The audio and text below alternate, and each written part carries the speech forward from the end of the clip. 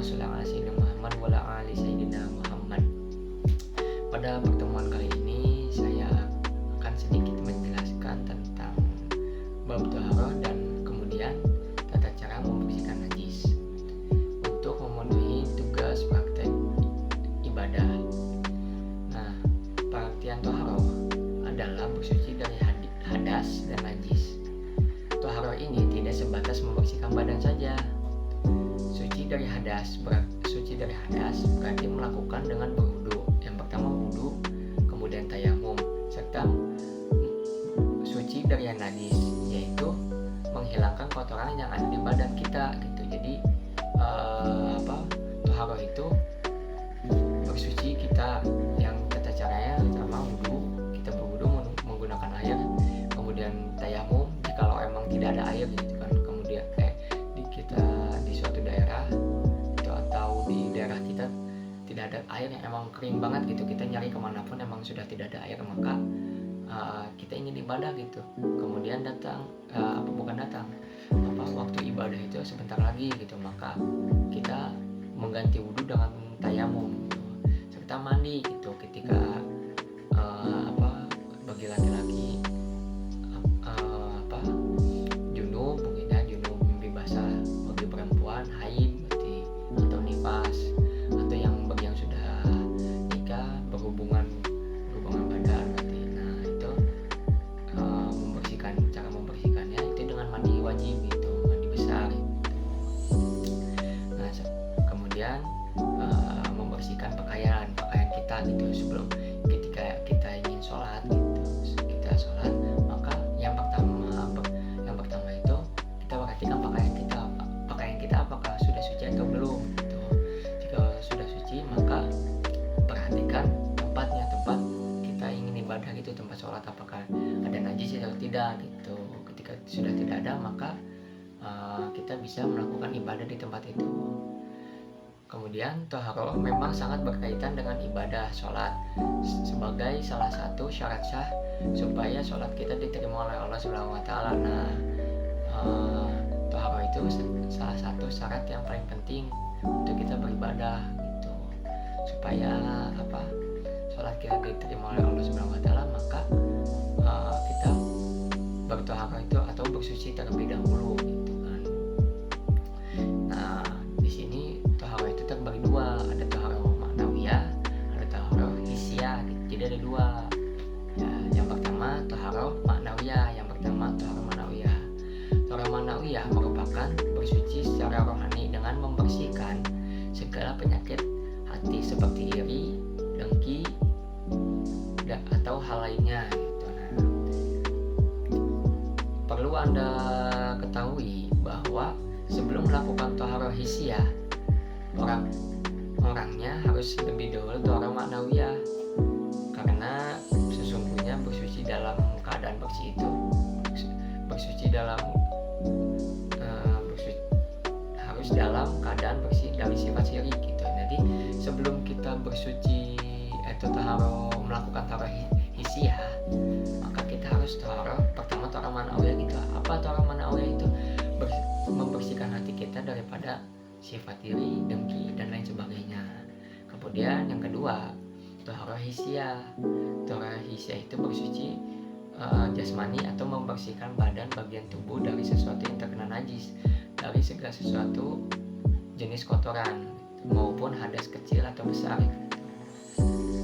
Untuk membersihkan dari najis dan hadas ini bisa dilakukan dengan menggunakan air seperti berwudu, mandi wajib, serta tayamum bila kondisi tidak ada air gitu. Jadi kita bisa melakukan tayamum jika emang tidak ada air gitu ya. Kemudian masuk kita ke pembahasan inti gitu. Pembahasan inti yaitu najis kan. Najis itu terbagi ada tiga. Najis itu terbagi tiga. Yang pertama mukhaffafah, yang kedua mutawasito, yang ketiga mughalladah gitu. Apa itu najis mukhaffafah? Najis mukhaffafah itu najis ringan gitu. Maksudnya najis yang ringan gitu najisnya gitu. Contoh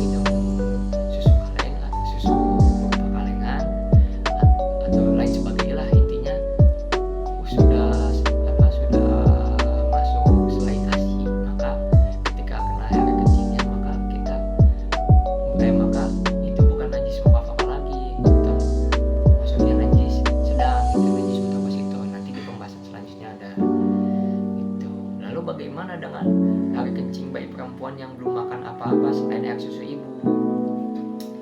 Ustadz Abu Sahih dalam bukunya Panduan Praktis dan Langkah Menuju Kesempurnaan Sholat menjelaskan bahwa hukumnya bukan termasuk najis ringan tetapi najis sedang.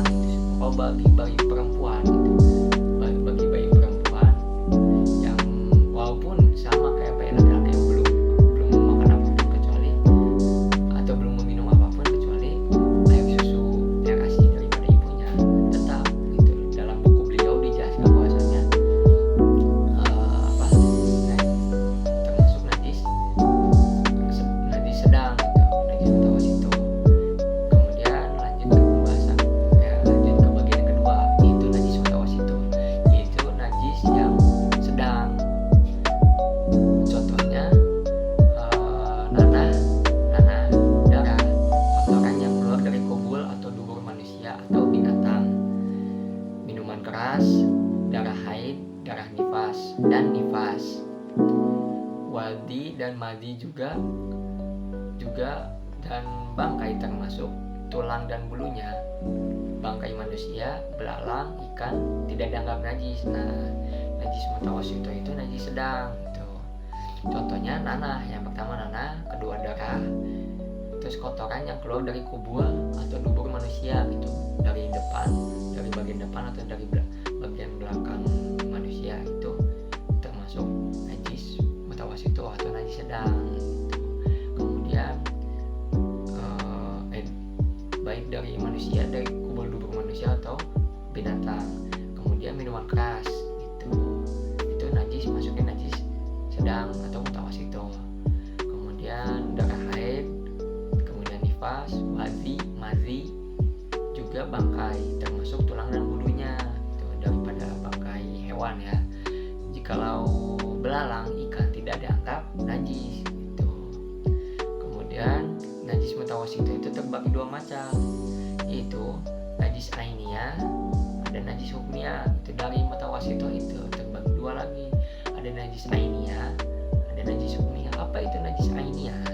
Najis ainiyah yaitu najis yang tampak zatnya atau sifatnya seperti warna, bau dan rasanya. Najis ainiyah itu yang tampak daripada zatnya atau baunya atau sifatnya gitu. Contoh daripada najis ainiyah itu daripada kotoran gitu, sebuah kayak kotoran manusia atau kotoran hewan gitu. Nah itu kan nampak daripada zatnya gitu, zatnya nampak gitu. Kemudian apa itu najis hukmiyah? Najis hukmiyah yaitu najis yang tidak tampak zatnya dan atau sifatnya seperti air kencing atau air yang sudah kering gitu. Seperti ketika ada air kencing manusia ya, atau hewan, atau kemudian itu masuknya masuk ke najis hukmiyah gitu, karena tidak tampak gitu zatnya, kok nggak ada gitu kan, nggak ada zatnya gitu. Tapi ketika sudah kering gitu, maksudnya air kencing atau arak yang sudah kering gitu kan, itu kan tadinya zatnya ada, kemudian sudah dikarenakan kering gitu. Nah jadi maksudnya hukmiyah. Yang ketiga yaitu najis mughalladhah. Najis mughalladhah yaitu najis berat. Contohnya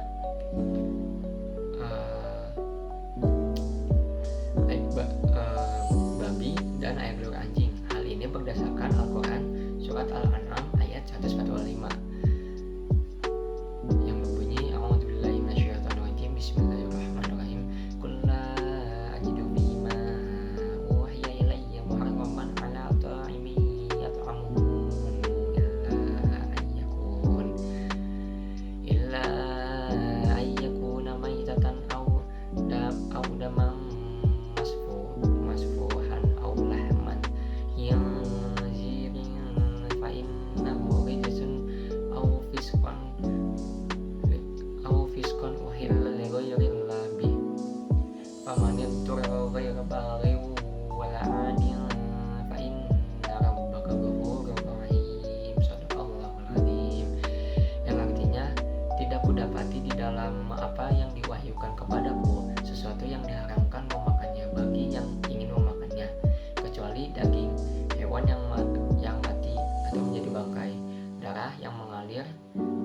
disembelih karena ia najis, atau yang disembelih secara fasik, yaitu dengan menyebut nama selain Allah. Akan tetapi siapapun yang terpaksa bukan karena menginginkannya dan tidak melebihi batas darurat, maka sesungguhnya Tuhanmu Maha Pengampun lagi Maha Penyayang. Tuh.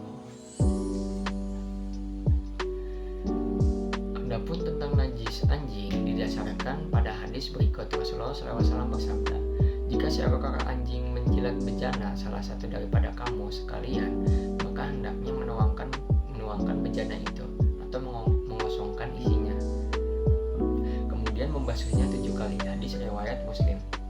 Cara mensucikan najis, langkah-langkah yang harus dilakukan untuk mensucikan najis ialah yang pertama, cara mensucikan najis mukhafafah. Jika sesuatu itu terkena najis mukhafafah, maka cara mensucikannya yaitu dengan memercikan air atau dengan memercikan air suci atau air mutlak pada sesuatu yang terkena najis. Apa itu air mutlak? Air mutlak adalah air murni, termasuk di dalamnya air sumur, air hujan, air sungai, dan air embun gitu. Nah, jadi cara mencuci jika terkena suatu benda atau bagian tubuh kita terkena najis mukhafafah, maka tata cara membersihkannya yang pertama dengan memercikan air suci atau air mutlak.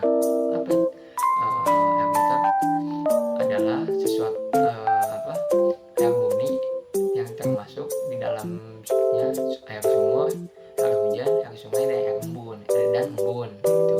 Jadi dengan cara dipercikan gitu pada bagian yang terkena najis tersebut gitu. Dasarnya adalah hadis berikut ini. Dari As-Sami radhiyallahu anhu berkata bahwa Nabi Muhammad SAW bersabda, air kencing bayi perempuan harus dicuci, sedangkan air kencing bayi laki-laki cukup dipercikan air saja. Hadis riwayat Abu Daud, An-Nasai, dan Al-Hakim. 2. Cara membersihkan najis mutawasito. Nah, mutawasito kan tadi ada 2 ya, ada ainiyah, hukumnya. Nah, yang pertama tata cara membersihkan najis mutawasito yang ainiyah. Jika sesuatu itu terkena najis mutawasito yang ainiyah, maka cara mencucikannya yaitu dengan mencucinya hingga warna, bau, dan rasanya hilang, kemudian dibasuh dengan air yang suci. Nah, tata caranya seperti yang tadi telah dijelaskan, bahwasanya dengan mencuci pada bagian yang terkena najis tersebut. Misalkan pada bagian tangan ya, kita terkena najis mutawasito yang ainiyah gitu. Nah, yang pertama mencucinya hingga hilang warna gitu, warna, bau, dan rasanya harus hilang. Misalkan kita terkena kotoran ya, kotoran manusia gitu, atau kotoran binatang, contohnya burung gitu. Kita kejatuhan, burung biasanya suka di atas tuh, biasanya suka membuang kotorannya dengan sembarangan, kemudian terkena bagian tubuh kita gitu. Nah, tata cara cara mencucikannya yaitu dihilangkan gitu warnanya. Contoh misalnya kita memakai dilap terlebih dahulu, kita memakai tisu dilap, kita lap, sudah kita cium apakah masih bau atau tidak. Oh, masih bau. Jadi kalau masih bau kan poin pertama sudah terlaksanakan, itu warnanya gitu, atau wujudnya sudah ada nih. Nah, kemudian kita cium apakah masih bau atau tidak. Oh, masih bau. Nah, kita hilangkan bau tersebut gitu, baunya kita hilangkan. Kemudian jika baunya sudah hilang, maka rasa daripada bukan dicobain ya, tapi kita kira-kirakan rasanya. Oh, sudah itu sudah tidak ada gitu, si kotoran tersebut, najis tersebut sudah tidak ada ya, maka itu sudah selesai gitu, kita sudah suci lagi daripada najis mutawasito yang ainiyah gitu. Yang kedua, cara mensucikan najis mutawasito yang hukmiyah gitu. Jika sesuatu itu terkena najis mutawasito yang hukmiyah, maka cara mensucikannya yaitu dengan membasuh atau menghilangkan air suci pada yang terkena najis gitu. Nah, kalau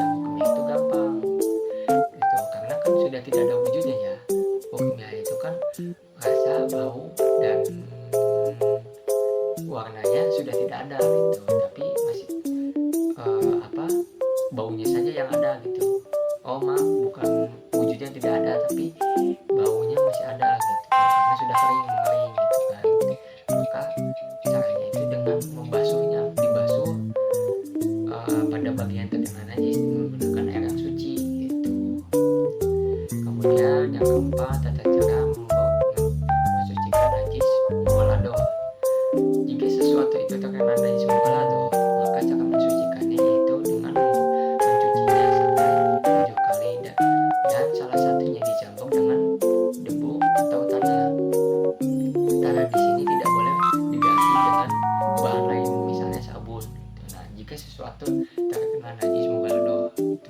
Jika misalnya kita gitu terkena air liur anjing, maka itu kan najis. Nah, cara mencucikannya yang pertama dengan mencucinya, mencuci misalkan tangan kita, telapak kita terkena air liur anjing gitu. Nah, tata cara yang pertama itu kita basuh tapak tangan kita itu dengan air gitu 7 kali. Nah, di selang 7 kali itu, di 6 kalinya atau di kelima kalinya itu kita harus dicampur dengan debu atau tanah merah gitu. Yang lebih afdal itu dengan tanah merah gitu. Dengan tanah merah dulu di sesi keberapapun gitu. Yang penting 7 kali, dalam 7 kali itu ada sekali atau 2 kali menggunakan tanah merah gitu. Nah, jikalau tidak ada tanah itu, tanah di sini tidak boleh diganti gitu dengan sabun atau hal deterjen atau yang lainnya gitu. Nah, pokoknya harus dengan tanah merah gitu. Lebih baik itu dengan tanah merah ya, membersihkannya dengan tanah merah gitu. Jika tidak ada ya misalnya kita mencari tanah gitu, dia tanah gitu. Kemudian membasuh atau menghilangkan air suci pada sesuatu yang terkena najis tersebut gitu. Jika sudah gitu, sudah kan pertama memakai air, kemudian di sesi keberapa menggunakan tanah merah atau tanah.